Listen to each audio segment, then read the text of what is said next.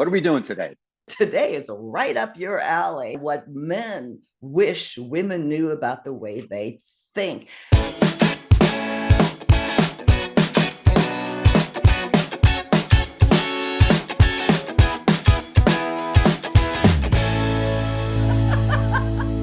Thanks again for tuning into Second Act TV. I want to welcome back Robert Manni, the host of Guys Guy Radio and TV and author of The Guy's Guide to Love, one of my favorite books and guests. Robert, thank you for being here.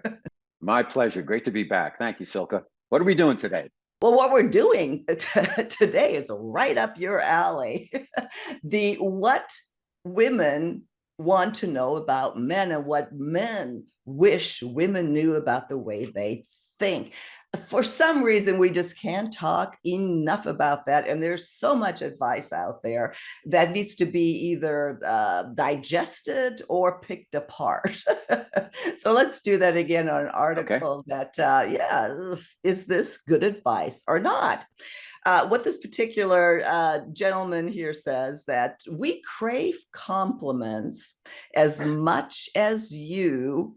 And then the second point, but they don't have to be just about our looks. As a guy, how do you agree with that?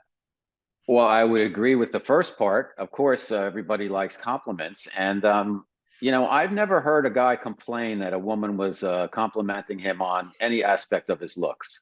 So you can go beyond that, of course. And the compliment is a compliment. It's always a good thing. And I know many times women don't like it when guys just compliment them on their looks because especially good if it's a very attractive woman, she hears stuff like that all the time. And a lot of guys just go there all the time. So I think it's more of an issue for women than men. But I have not heard any guys, and I would certainly not complain if a woman was complimenting me on my looks or whatever, because hey, you just lap it up. Guys have egos and we love that stuff. So if it's beyond that about intelligence or this or that, sure, that's great. But you know what? You can't go wrong complimenting a guy about his looks. Trust me on that one. Perfect. Well, you and I did a whole segment on the compliments that guys like, and I'll make sure we link to that. And this one, maybe not so obvious. Our honesty is well intentioned, and we really, really, really, really want to solve your problems. Well, there's two parts of it. One is the honesty. I'm not quite sure where the gentleman is coming from in terms of the honesty aspect of it, honestly. No pun intended. But on the solving your problems, we really, really, really, really want to solve your problems. I don't agree with that. It would be nice if we could help a woman solve her problems, but I don't think women are relying on us to solve their problems for them. The fact that this gentleman wants to solve all women's problems and thinks that all women think that way, all guys think that way. I don't think that's the case. I disagree with that. And I think we have to be careful that way because nobody wants mansplaining. Yeah. Right. Well, I think when you said I don't know where he went there with honesty, I think what he means is the brutal honesty that men don't BS when they talk to somebody they really care about, because they care about them. They're not going to give them BS. And I thought that was interesting. What do you think about that? Is that true? Well, a lot of it is they say so much is body language and tone versus the actual words. So you have to put all of those together because everybody has different levels in terms of how they communicate. And so brutal honesty can come across as hurtful, even though it's not intended to be that way based on body language and tone sometimes. So I think that's one that we have to be mindful of. Yeah, I think that actually could be a good thing for a woman to remember, that maybe he's not being rude. He does, this could actually be caring. Now, if he's just an asshole, and always putting you down, again, that's a different thing. But I thought that there was something interesting. So here's another thing then men said, that we want you to appreciate our reliability, or the dependability is what I would call it. I mean, it's basically the same thing. But we don't want to be attached at the hip.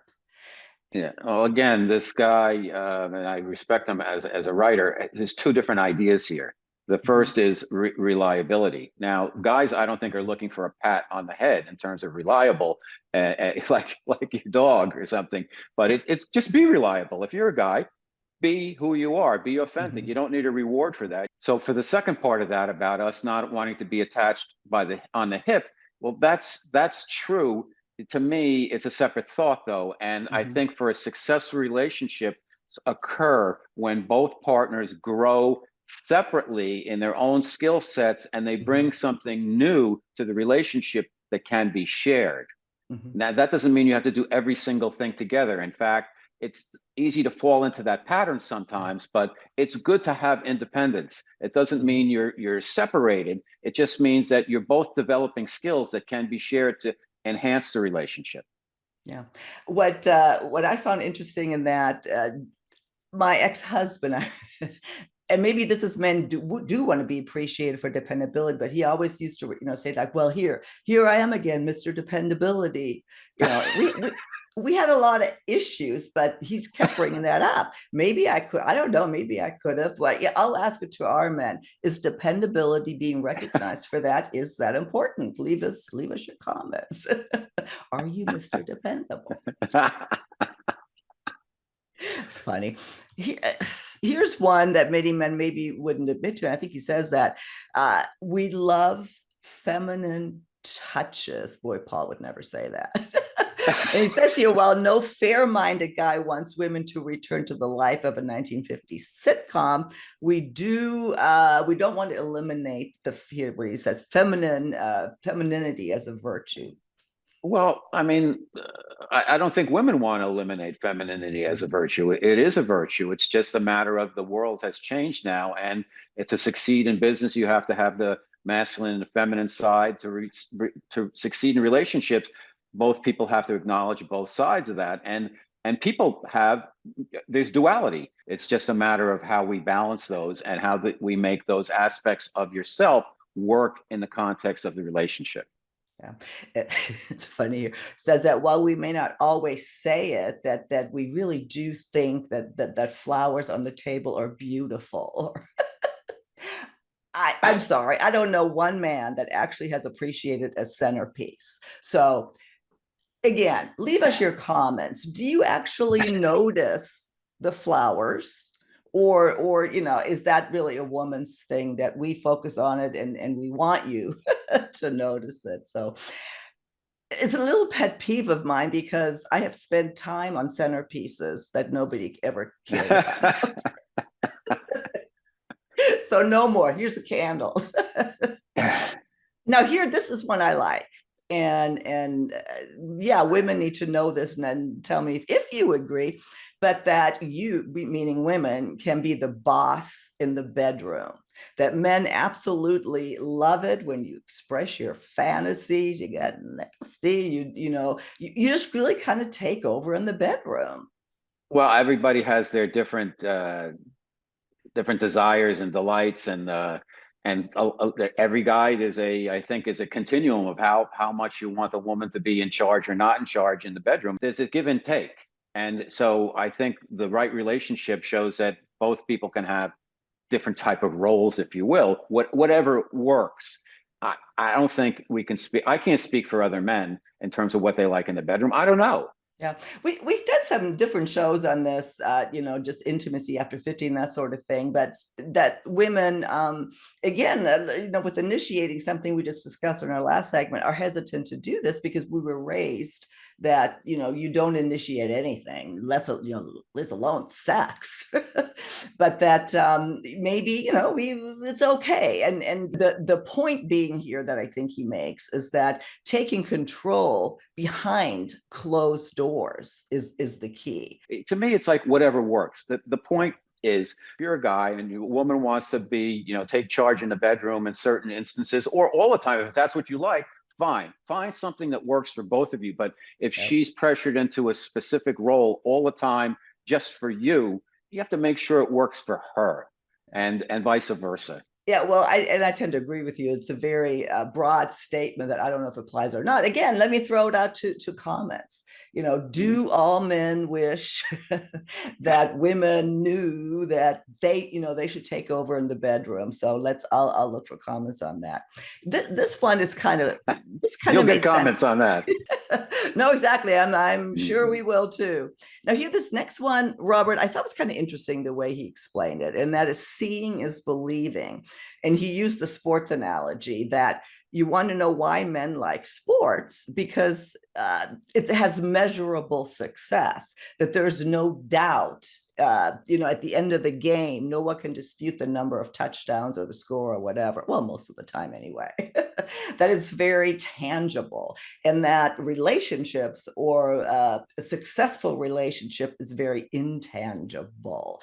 And that's why in relationships, men can be very uncomfortable when emotions come into play because it's very intangible to measure success. What do you say? Well, once again, these are two separate thoughts. The Mm-hmm. reason guys like sports in many instances is because it's live. You're not sure who's going to win. It's not like a rom-com or something where you kind of have an Mm-hmm. idea of what the storyline is going to be, or or with a sporting event, you're not sure. One team can be favored, and you never know with the referees nowadays, and the Yeah. leagues want certain teams to push them along and all that. However, it's live, and you don't know what the score is going to be, so every game is different. That's why I think a lot of people like sports because it's in the present moment. In terms of the other aspect of it about and relationships are intangible, I don't quite get that. There's no scoreboard in a relationship. It should be everybody wins. Sorry. Yeah, I like that the explanation about sports. I hadn't quite thought of that. It's measurable. That for some reason, like you said, it's not measurable the effort we put out or what we say or do, what the result will be, and that is something that men have difficulty dealing with. I don't know if it's a men thing. I think it's an individual thing. Mm-hmm. I don't mind that. I mean, this is life. You don't have everything is not. There's a lot of gray. Right. There's black and white. There's a lot of gray. And I think if you look at life in terms of black and white, that's why we have so much divisiveness in our country. That's Right. why it's B, A, or B. I don't think life is that way, in my opinion. I think experiential. It's about the experience. It's not about this or that. Mm-hmm. Yeah. Well, and he says here that what we want you to know is that to be supportive in our emotional growth, and this is where I lost it just a little bit. Tell us when we're being supportive, that this is a good thing, like a pat on the back. But he said, and that it's okay, that it's okay for us to cry at the Maxwell commercials. I'm sorry, I don't want you to cry at commercials. I hope not. I mean, the fact that a man can show his emotions and show grief, express grief, Yeah. is healthy. But I don't know any woman who wants their guy to become like Blubberpuss, where like they're crying at commercials. Okay, I know some guys cried at the end of the Dirty Dozen when Jim Brown was dropping the grenades and stuff like that, or when somebody personal passes or whatever. I understand, or even when a relationship ends that really meant something to them in their Sure. private moment. But Yeah. that's natural and it's healthy. But I think I don't know any woman who wants to be with a guy who cries too much. And I agree with that. And so again, the point here is, do men, is that what they want women to know, that we want to be able to cry? And I agree with you there. Absolutely, you should be able to cry. Not sure if at commercial, unless it's the Budweiser commercials, those can be very moving. Mhm. But yeah, that whole, again, that's maybe a whole topic, You know standalone what? topic. I worked in advertising for many years, Yeah. and I don't cry at commercials except when I see them and they're so bad that they make me want to cry because there's no idea. That's so funny. The very last one here is, try not to pick out the one thing we did wrong or harp on something we did wrong, especially, if it's just a minor thing, like picking up something socks, or just something minor that doesn't really matter. And I do tend to agree with that. So if that's true. If that's true, if men really wish you wouldn't do that, that women need to know, that may not be a bad thing. I agree with that because often you get picked on for something you just don't want to hear it, like the toothpaste tube or whatever it is, Yeah. some small thing, or you didn't put the cap back on something before it went in, or you're going to start, you have a conversation about some planning moving forward, and the first thing you get is something about what you did in the past is the reason why we're having a discussion today and we're behind the eight ball trying to figure out what to do. To Yeah. me, you don't, I think that I'm getting to the point here is you don't want to start conversations by going backwards. Mm-hmm. You want to start going forward. Yeah. So it's a little bit different than, the nitpicking. You're going to get that. We're going to get that. So guys, you know what? You're going to get nitpicked if you're in a relationship. And a lot of times it's uncalled for. And a lot of times it's your partner trying to point out things that will ultimately help the relationship.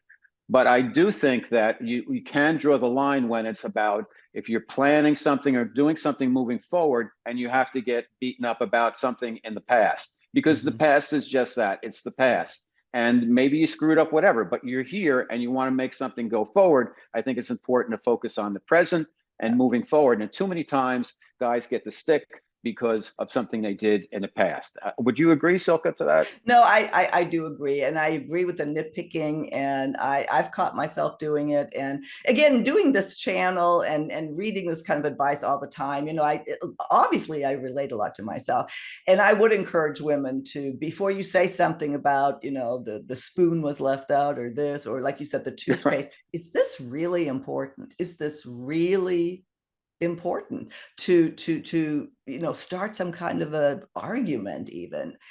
Is this important enough? I think that's a really good message. So Mhm. Robert, we're coming to the close. Anything you want to add here that's important for women to know about men? I think women and men treat each other with respect. You Mhm. nailed it on the last point. Is like, is this worth fighting about? Yeah. And think of that, and think about appreciation of what you have, the fact that you have a partner that you Yeah. care about and that cares about you, and always start there with that gratitude of Yeah. each and every day of the time you're spending together. And as things come up, and they will, don't start World War III based on, you left a jar of mayonnaise open on the Yeah. counter. Is it worth Right. ruining a relationship? And you know what? Relationships have ended based on really small things. And Right. just like wars Exactly. have been started over what seemingly Mhm. are minor incidents. Right. So Right. just be careful of that and be appreciative. If you are in a relationship, be appreciative of the good things. What a great ending, Robert. Thank you. As always, we will link to all of your information, your radio show, your YouTube channel, your book. You're all over the board. Oh, UK Health Radio. So thank you again for your time being here. And I look forward to our next conversation on Second Act TV.